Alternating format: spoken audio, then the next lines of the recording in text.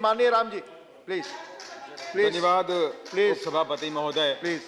कि आपने मुझे राष्ट्रपति जी के भाषण में बोलने का अवसर प्रदान किया और साथ ही मैं अपनी पार्टी की मुखिया आदरणीय बहन कुमारी मायावती जी को भी आभार व्यक्त करता हूं।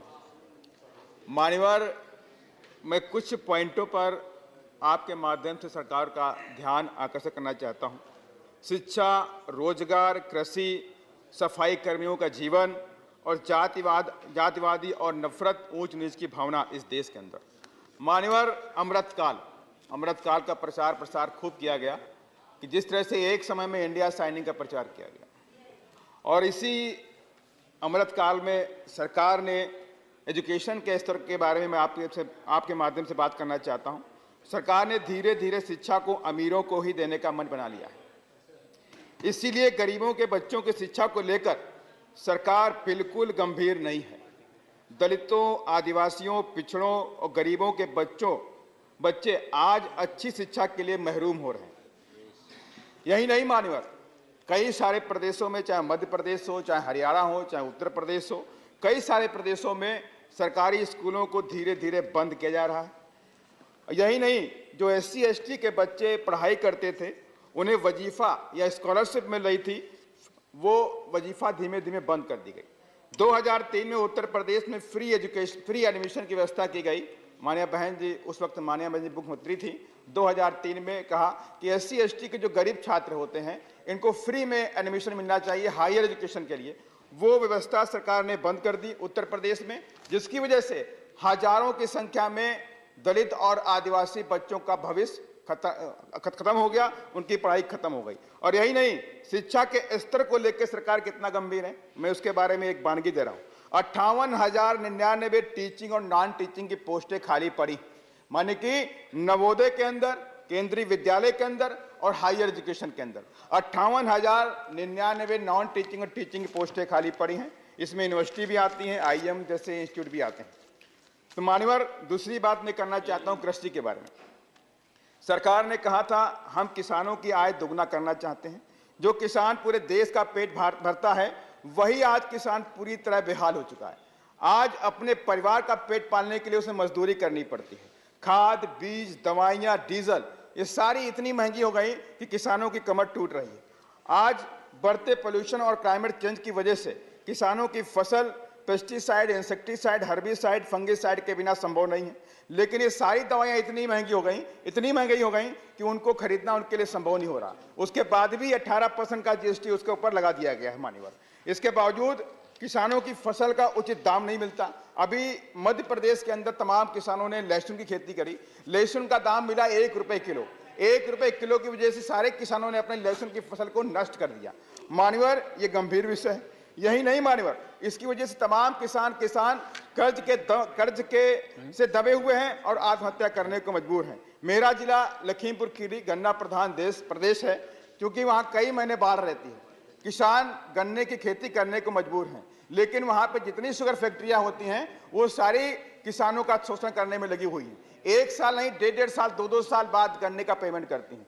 किसान बेचारा दवाई खरीदता है, खाद खरीदता है, पैसे खरीदता है, ब्याज देता है उसके ऊपर, लेकिन उसके पैसे पे फैक्ट्रियां ब्याज देती नहीं है। इसलिए मैं आपके माध्यम से सरकार के ध्यान इस ओर लाना चाहता हूं कि ऐसे मामलों में किसानों को उन पर ब्याज मिलना चाहिए अगर फैक्ट्रियां उन पर पैसा देर में देती हैं। रोजगार के मामले में, रोजगार के अवसर के देने में भी सरकार पूरी तरह विफल रही।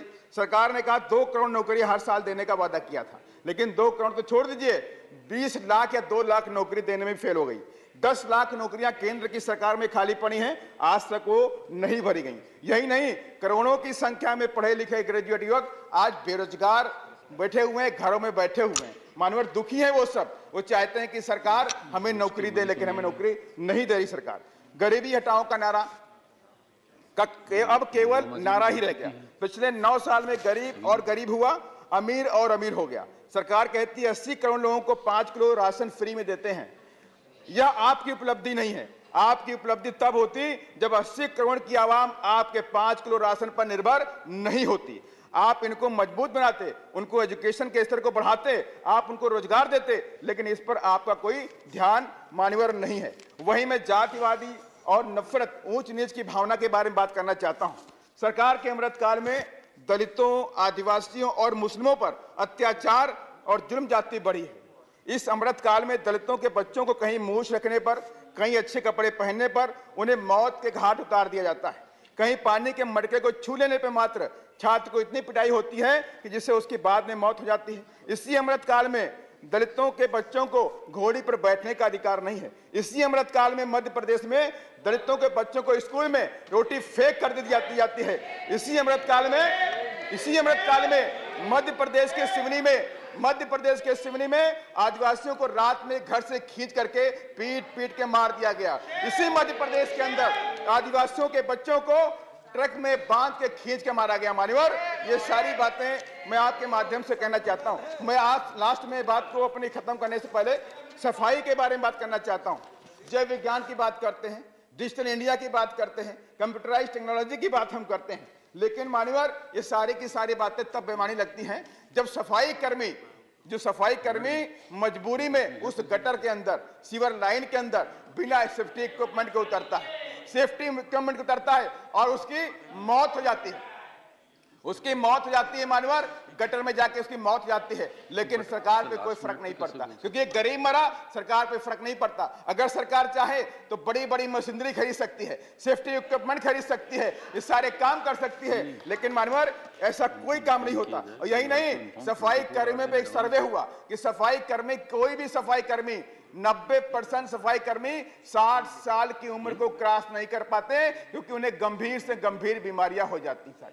मान्यवर, मैं आपके माध्यम से सरकार का ध्यान इस ओर लाना चाहता हूं कि इनके लिए मशीनरी और नई टेक्नोलॉजी का इस्तेमाल किया जाए। मान्यवर, और साथ ही मान्यवर, मैं लास्ट में अपनी पॉइंट में दो बातें सरकार से मांग करता हूं आपके माध्यम से कि मान्यवर, सरकारी उपक्रमों को बेच करके डिसइन्वेस्टमेंट के जरिए प्राइवेट हाथों में दिया जा रहा है, लेकिन इस देश के अंदर सामाजिक न्याय की अभी भी पूरी देने की आवश्यकता है। तो इसके लिए मान्यवर प्राइवेट सेक्टर में भी दलितों, पिछड़ों और आदिवासियों के बच्चों को रिजर्वेशन की व्यवस्था की जाए। प्राइवेट सेक्टर में रिजर्वेशन का बिल लाया जाए और साथ ही मान्यवर गरीबों के बच्चे, दलित और आदिवासियों के बच्चों को फ्री में हायर एजुकेशन के लिए एडमिशन दिया जाए, ताकि बच्चे उनके पढ़ लिख करके इंजीनियर, डॉक्टर, IAS, IPS बन सके। मान्यवर, और साथ ही मान्यवर प्रमोशन में रिजर्वेशन एक गंभीर मुद्दा है। हम सामाजिक न्याय की बात करते हैं, कई सारे सांसदों ने बात रखी कि हम सामाजिक न्याय देना चाहते हैं, लेकिन आज भी मान्यवर प्रमोशन रिजर्वेशन में जो हमारा जो प्रमोशन मिलना था, वो उसका बिल राज्यसभा में पास हो गया, लेकिन आज तक लोकसभा में पेंडिंग पड़ा हुआ। उस बिल को सरकार वापस ला करके वहां पास कराए और इनके साथ में न्याय करने का काम करें। साथ ही मान्यवर 2 अप्रैल 2018 में SC/ST के लोगों ने एक ज्ञापन सरकार को दिया। किस लिए दिया?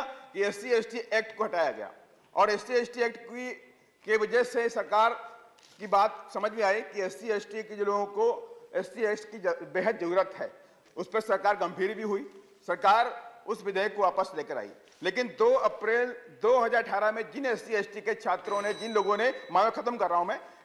ने धरना प्रदर्शन किया, ज्ञापन दिया, उन पर सरकारों ने गंभीर मुकदमे लगाए। एक नहीं, 17, 20, 25 आज भी मुकदमे चल रहे हैं मान्यवर, डकैती जैसे मुकदमे चल रहे हैं मान्यवर। और इसकी वजह से गरीब बच्चे कई सारे बच्चों ने गरीबी की वजह से मुकदमे नहीं लड़ पाए, उन लोगों ने आत्महत्या कर ली। लास्ट में मान्यवर 1 सेकंड में अपनी बात को खत्म करूंगा। मान्यवर, सामाजिक परिवर्तन के महानायक, मैं आपके माध्यम से सरकार से मांग करता हूं कि हर साल आप लोग भारत रत्न देने का काम करते हो, तो मेरी मांग है, माननीय बहन जी ने भी मांग की कई बार, कि सामाजिक परिवर्तन के महानायक, दलितों, पिछड़ों, आदिवासियों की शिक्षा के जनक महात्मा ज्योतिबा फूले और सामाजिक न्याय के पुरोधा, कोल्हापुर विरासत के महाराजा छत्रपति साहू जी महाराज, दलितों, पिछड़ों और आदिवासियों में राजनीतिक चेतना पैदा करने वाले माननीय श्री कांशीराम साहब को भारत सरकार भारत रत्न देने का काम करे। यही मेरी आपके माध्यम से मांग थी। जय भीम, धन्यवाद। Thank you. श्रीमती